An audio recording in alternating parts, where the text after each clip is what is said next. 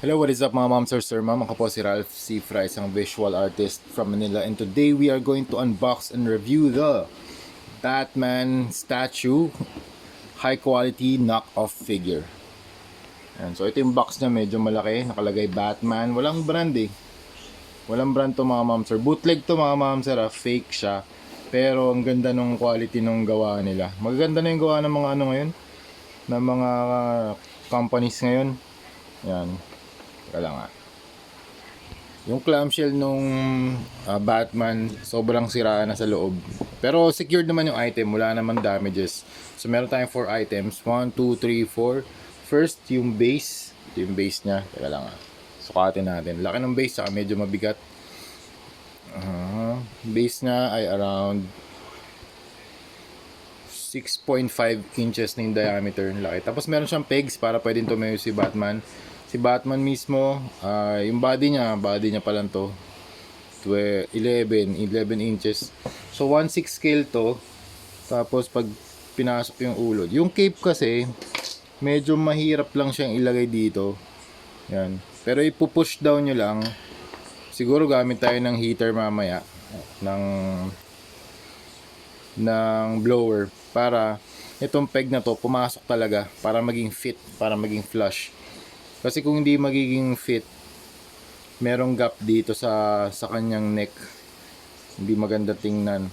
Well, kaya siya ginawang ganun, kaya siya sobrang snug, kaya siya medyo mahigpit kasi medyo mabigat din yung cape. Kailangan niya ng foundation. Ngayon yung foundation niya, ito lang. Kaya talagang hinigpitan nila yung build nila dito. Yan. 1/6 scale to. Ang original na pangalan nung original na name ng company na gumawa nito, na gumawa ng original na resin na statue ay Batsy Studio Elitist Batman Resin Statue. Ang price niya ay around 20,000. Yung original pero ito mga ma'am sir, 1,600 lang. Okay, buuin ko na mga ma'am sir. Wait lang. Papainitin lang natin para pumasok tong cape. Ganda, ang ganda. Yan ma'am sir, yung screen, yung website kung saan ko nakita yung Batsy Studio Elitist Batman Resin Statue. Meron silang pre-order 1/6 scale, height 39 cm, dark Gotham Knight. Meron nga rin blue version to eh. Ito oh. Ayan oh. Yung Batman Hush version. Angas din eh.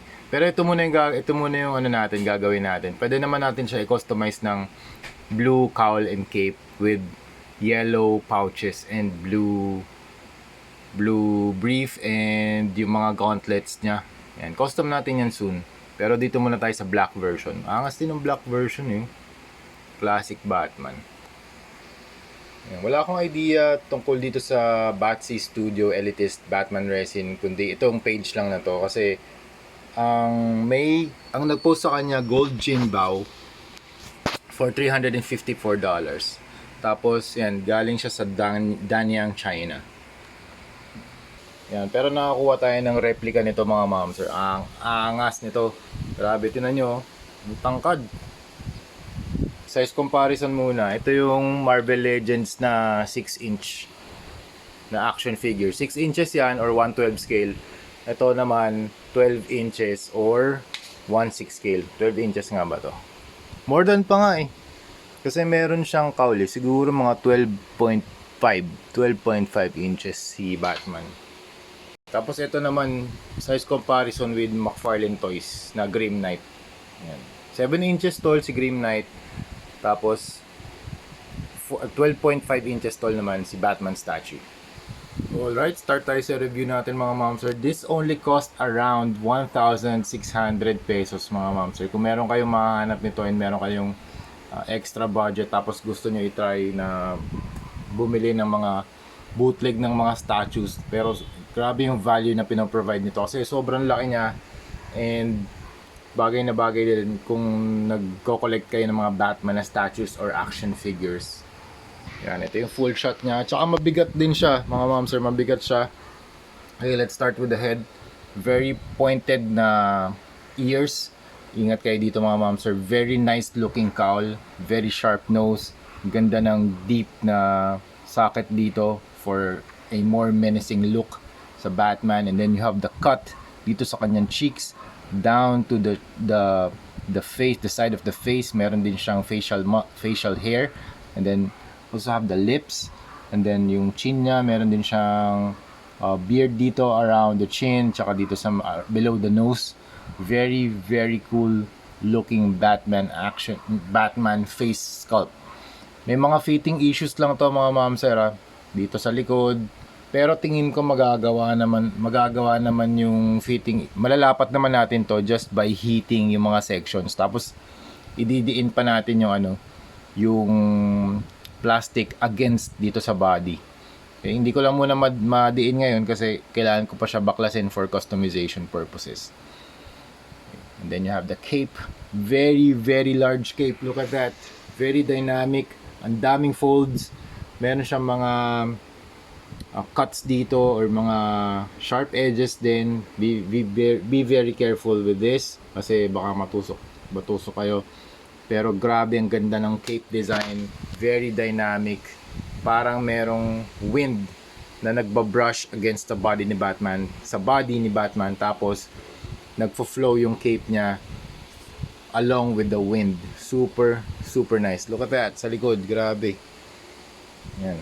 Now, kaya sobrang higpit nitong peg na to kasi mabigat yung cape and kailangan niya ng foundation para magstay siya dyan. Ngayon, kaya ito umaangat kasi mabigat talaga yung cape. Ayan, umaangat talaga siya itong part na to. Ayan. Then you have the body. Yung body niya color bodysuit niya, yung suit niya rito color brown, and then you have yung company nag-spray na sila dito ng airbrush. Ang daming shading, may mga pre-shading na silang ginawa rito pati sa legs, pati sa likod. Yan, ang ganda ng back. Panalo. Nade-define niya yung mga muscle groups, lalo na dito sa biceps, sa chest, sa stomach, dito sa legs, Tapos ito, ano pala to, seam talaga to ng kanyang clothes. Yan, hindi pala siya seam line. Ganyan talaga yung tahi nung mold. Tingnan ko nga doon sa original, wait lang. Oh, meron talaga, ayun Pareho lang. Gold Jinbao. Ano ba to? Extension ba to ng parang knob mark. Hindi ko sure kung knob mark to or part of the design kasi meron din siya dito sa left na gloves.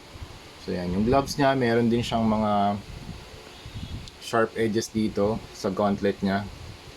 1, 2, 3. Pero naman siya, mas rubbery plastic naman, nabebend naman. And you have the fists, meron din siyang knuckle design. You have the pouches. Yung pouches na dito sa kaliwa mas makapal kaysa dun sa right. Tapos baliktad. Sa right ni Batman, you have the more thick pouches. Tapos meron siyang gold. Ganda ng gold niya dito Saturated gold siya.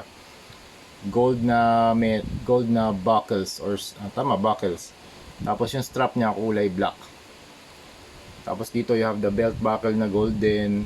Dito mas manipis na mga pouches. Tapos you have the black brief. And then you have the very muscular legs. Ang ganda ng pre-shading nila dito. Yung talaga yun talaga yung pinakasulit na ginawa nila dito. May pre-shading na. So if we are going to customize this, hindi na tayo mag-airbrush. Yan na yun.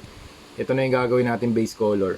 Then you have the boots. Tapos meron ding weathering dun sa boots. Yan may mga brown na dry brushing or sponging technique pala yung ginamit nila dyan. Tapos ito yung base. Ganda rin ng base. Para siyang stone. Tapos meron pang logo ni Batman dito. Yun. So overall, napakaganda ng Batman na to. Based sa value na sa price na binabayaran natin, napakataas ng value na binibigay niya for us na customizers, collectors, or someone who just like a Batman statue na pwede na lang i-display sa kanyang collection. So, ako recommended ko to para sa gustong mag-try ng mga Batman na mga statues na sobrang affordable. Diba? 1,600 lang meron ka ng 1/6 scale na Batman statue. Yun nga lang, may mga fitting issues to mga ma'am sir May mga fitting issues. kailangan nyo lang siyang siguro i-heat natin to para mag-fit yung plastic sa loob. Okay? So that's it. Thank you for watching and see you sa next video. Bye bye.